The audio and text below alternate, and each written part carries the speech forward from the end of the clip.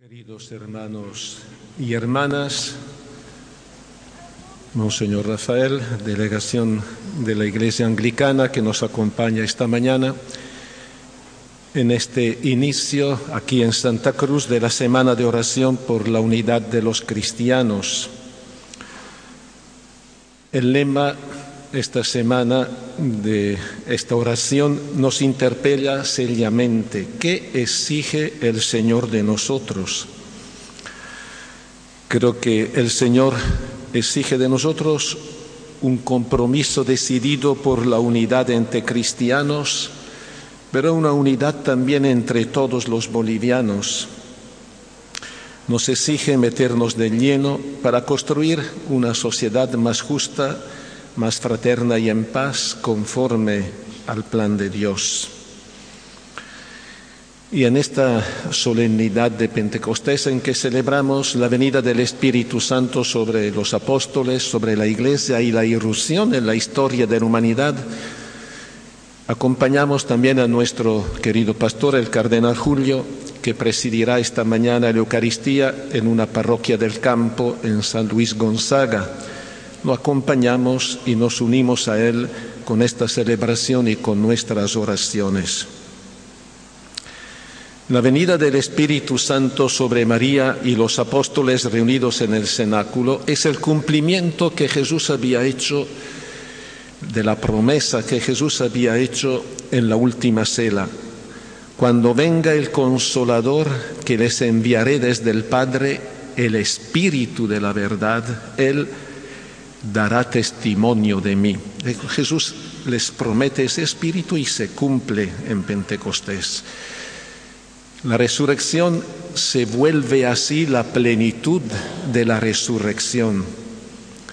El resucitado desde el día de Pentecostés seguirá presente en nuestra historia, en la historia de la humanidad, a través de su Espíritu.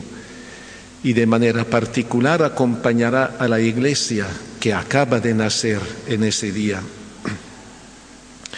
Y en la primera lectura que hemos escuchado de los Hechos de los Apóstoles, nos presentan ya las características que desde los comienzos y para siempre deberá tener la Iglesia. Al llegar el día de Pentecostés, estaban todos reunidos en un mismo lugar. La Iglesia nace, por lo tanto, como una comunidad unida por el único Señor, Jesucristo, muerto y resucitado. Y todo cristiano tenemos que vivir nuestra fe en comunión con los demás, en una armonía, ese espíritu que crea la armonía y la paz entre todos los que creen en Él. Una comunidad guiada por el Espíritu Santo, que es el espíritu de vida, de verdad, de amor y de valentía, significados en esas imágenes del viento y de las llamas de fuego que descienden sobre los apóstoles. Estos signos expresan el poder del Espíritu Santo, poder que provoca el cambio total en los apóstoles. Seguían ahí encerrados en el mismo lugar por miedo a los judíos, temerosos ante las autoridades, traumados por lo que había pasado Jesús, y llega el Espíritu. Y es ese Espíritu que les da el valor para romper esas cadenas del temor que los paralizaba y cumplir con el mandato del Señor. También ustedes darán testimonio. Con esa fuerza liberadora que viene, por lo tanto, del Espíritu del Señor, se pusieron a hablar, salen de esa sala donde se reúnen y comienzan a predicar. Anuncian las maravillas del Señor. ¿Y cuáles son estas maravillas? La buena noticia de Jesús muerto y resucitado, y que por su muerte y resurrección nosotros hemos sido liberados también de la esclavitud del pecado y del mal, y hemos recibido el don inestimable de ser hijos de Dios. Este Evangelio del resucitado, la buena noticia de la vida, el amor, la libertad, es la tarea, por tanto, la misión que desde sus inicios la Iglesia tiene que proclamar a todas las naciones hasta el fin de la historia. Es así entonces que ya desde Pentecostés la Iglesia nace misionera, una comunidad misionera que se abre y que tiene que ir al encuentro de todos los pueblos. En Jerusalén había judíos de todas las naciones y cada uno oía hablar a los apóstoles en su propia lengua. Ya desde el primer momento se habla a todos los pueblos. En palabras sencillas, Lucas expresa el asombro y la sorpresa de los peregrinos, porque cada cual entiende en su propia lengua ese mensaje extraordinario y único en la historia de la humanidad. No estamos aquí ante un fenómeno de interpretación de idiomas, estamos ante el milagro de las maravillas del Señor que son entendidas por todos. Este mensaje de libertad, de amor, de vida y de fraternidad es universal, es un mensaje que todos los hombres de cualquier raza y cultura y pueblo lo entienden. El Espíritu del Señor que llega, qué bonito, y nos exige a que anunciemos entonces a nuestra propia cultura y lengua, y nos dice que para ser cristianos no es necesario dejar nuestras costumbres, nuestro idioma, nuestra lengua, sino que tenemos que cumplir su palabra, valorando lo positivo que hay en nuestras tradiciones y costumbres, pero también purificando lo que no es acorde al Evangelio. Y la gente pronto pasa de la maravilla y la admiración a la aceptación del Evangelio. Si hubiéramos seguido la lectura de Hechos, ahí se nos dice al final de esa narración que ese día se unieron a la comunidad de los apóstoles unas 3.000 personas. La adhesión a Jesús no es un acto individual, es un acto personal y comunitario que nos une a los que de entre todos los pueblos optan por Él, formando así el nuevo y único pueblo de Dios que es la Iglesia. Y desde Pentecostés entonces se va formando este nuevo pueblo de Dios por el encuentro de muchos pueblos en la única fe en Jesucristo. Es la pluralidad en la unidad. No es una uniformidad en una sola lengua y cultura, sino unidad en la diversidad. Una riqueza, por lo tanto, porque cada cual va aportando desde su diversidad. Es la riqueza de la complementariedad. Si nosotros miramos bien, Pentecostés es todo lo contrario de la Torre de Babel. En el libro de Génesis se nos dice que había una sola humanidad con un solo lenguaje e idénticas palabras. Hagamos una ciudad con torre que alcance al cielo, hagámonos famosos. Pero el momento en que va construyendo esa torre, se dividen y se dispersaron por toda la tierra y se confundió el lenguaje. Es que la soberbia del hombre que prescinde o que quiere suplantar a Dios siembra el veneno de la incomprensión, la discordia, la división y la muerte.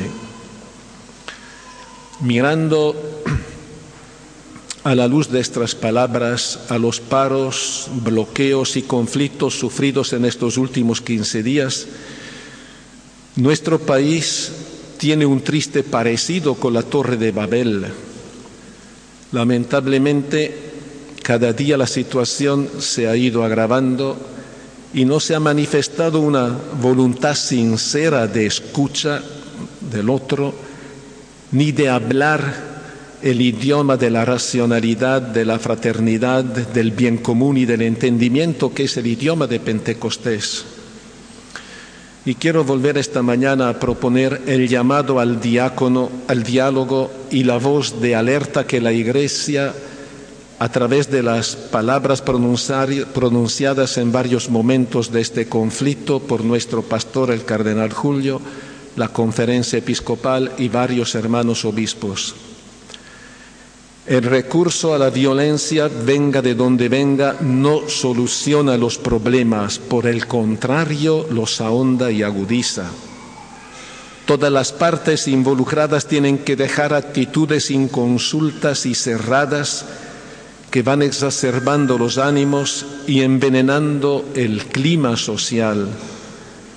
Elevamos una vez más nuestra voz de preocupación y llamamos a un diálogo responsable frente a los anuncios de radicalización de medidas de presión y convocatoria a nuevas movilizaciones que pueden derivar en la confrontación entre hermanos bolivianos, lo cual, lejos de aportar soluciones, profundiza el conflicto y prefigura consecuencias imprevisibles que todos podemos lamentar en el futuro.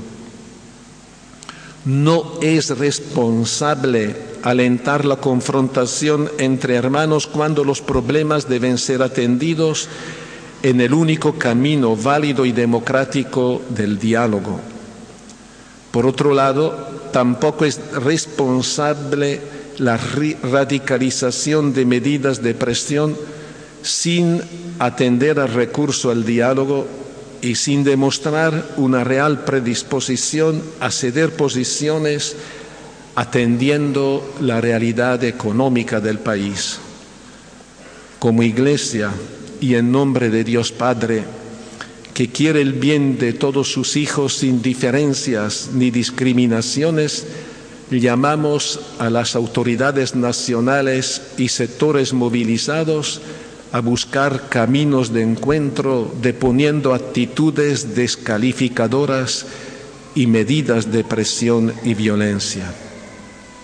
Yo creo que antes del llamado es urgente que todos los cristianos, y somos la mayoría en nuestro país, acojamos el espíritu de Pentecostés en nuestras vidas, que tomemos conciencia y demos testimonio de su presencia y acción con nuestro compromiso para que prime la comprensión, amor y paz, no solo al interior de nuestras comunidades, sino en todos los ámbitos de la sociedad.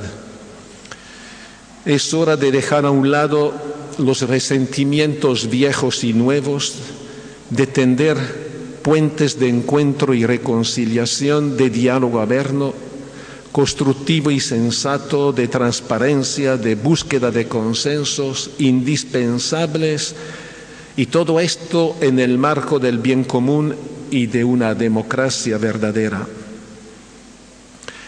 La paz verdadera es compromiso de todos, por eso no podemos quedarnos ahí solo a mirar, pero también la paz es sobre todo don de parte de Dios. Por eso, confiados en el Espíritu Santo, que es espíritu de unidad y de la verdad, que está presente en nuestra historia, le pedimos este don con una oración sincera y confiada.